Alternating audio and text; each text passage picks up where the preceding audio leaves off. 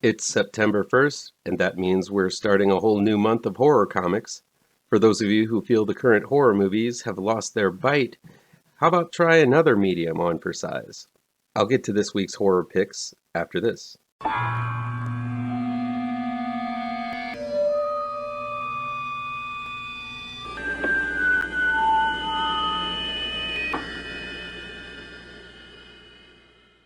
Welcome back to ML Miller Frights.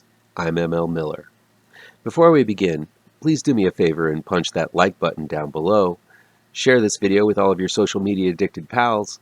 Click subscribe to this channel and ring that bell for notifications. Here's what's new in horror comics this week, September 1st, 2021. Monster Kill Squad #1 is from Bad Idea Comics. The story is by Christos Gage, with art by Thomas Giarello. While not entirely original, as it borrows heavily from Men in Black, I love me some Christos Gage's writing, and that sample art by Thomas Giarello looks great too. What this book is all in the title. It's a government agency built up of badasses with heavy artillery sent in to take on cryptids when all of them seem to be attacking the populace at once. It's machine guns versus modern myths in this hard-hitting action horror series.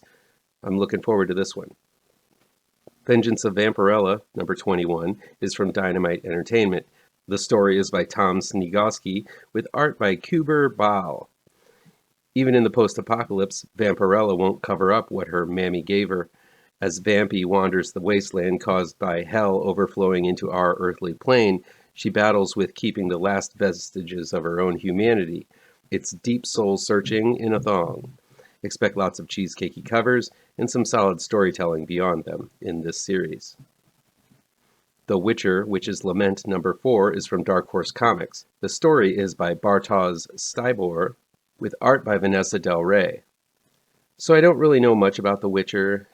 I know a lot of folks love it, but I didn't get into the game, so I really never got into the adaptation. But I haven't really covered it yet in this weekly comics recap, as I felt it was more of an action fantasy series than horror. But damn, that cover by Vanessa Del Rey of a severed head in a bowl sure screams horror to me. Even if it is high fantasy inside, that cover is ghoulish as all get out, and I love it. Lucky Devil #2 is from Dark Horse Comics. The story is by Cullen Bunn, with art by Fran Gallan. The supernatural comedy casts a schlub named Stanley, who keeps his demonic powers after he is exorcised, and forms a cult. But in this issue, we find out the demons aren't happy about sharing their powers and want them back. Sounds like a kooky take on possession from the prolific Cullen Bunn. Beauty, All Good Things #1 is from Image Comics. The story is by Jeremy Haun and Jason A. Hurley, with art by Matthew Dow Smith and Jeremy Haun. Apparently this is some kind of special featuring a reprint of the last few issues of the Beauty series. Not sure why. Maybe this series is about an apocalyptic plague that affects the purdy people of the world is coming back. I don't know. But if you're a fan of this highly acclaimed series by Haun, Hurley, and Smith, then this is going to be a must-buy for you. Buffy the Vampire Slayer #29 is from Boom Studios. The story is by Jeremy Lambert, with art by Mariana Ignazi. Confession time, I never got into Buffy the Vampire Slayer. I saw the original film, but once the series came around, I didn't really have the time to watch it, so I never did. But I know Buffy and her cast of ghouls, goblins, witches, and warlocks is a horror staple and has thousands, if not millions, of fans out there. So this week brings us a new Buffy issue. This one seems to be about a multiverse with Buffy in the middle of it and trying to save it. So if you're looking for more Buffy action, have at it, folks. Lock and Key, The Sandman Universe, Hell and Gone #2 is by DC Comics and IDW Publishing. The story is by Joel Hill, with the art by Gabriel Rodriguez. I'm not sure how, but I missed the first issue of this series. I'll be tracking that one down, as well as this issue, as it would seem the Lock and Key universe created by writer Joel Hill and Gabriel Hernandez would really fit hand in hand with the Sandman universe. Expect some highbrow and literate thrills and chills from this book. Dark Ages #1 is from Marvel Comics. The story is by Tom Taylor, with art by Iban Coelho.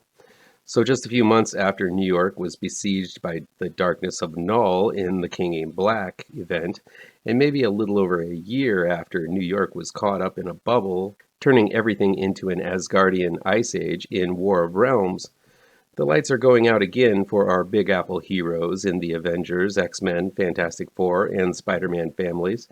This time it's really bad news for our heroes, I guess.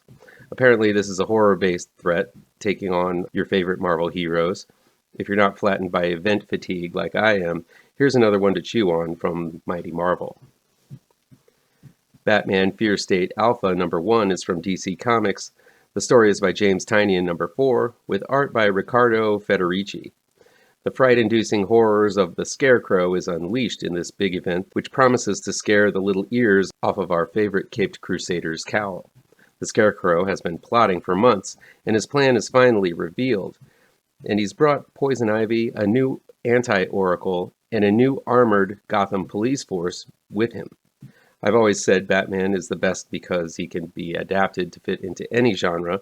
Horror fits the Bat to a T, and who else but comics' current horror king, James Tynion IV, could write it? That's it for this week, folks. What looks good, what looks bad, and what looks meh in this week's picks? Let me know down in the comments.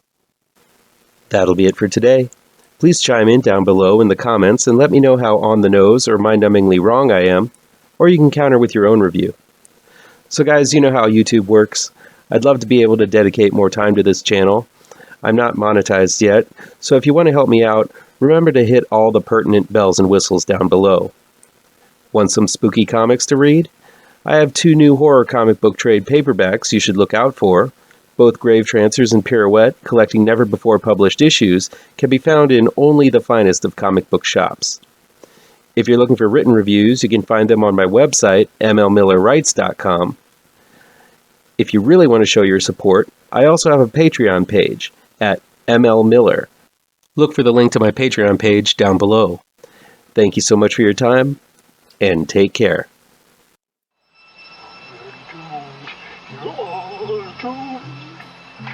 You're doomed to live the life you're meant to be, stuck inside your reality. You're doomed. Oh, you're doomed. You're doomed. You're doomed. Live the life that you are meant to be. To live inside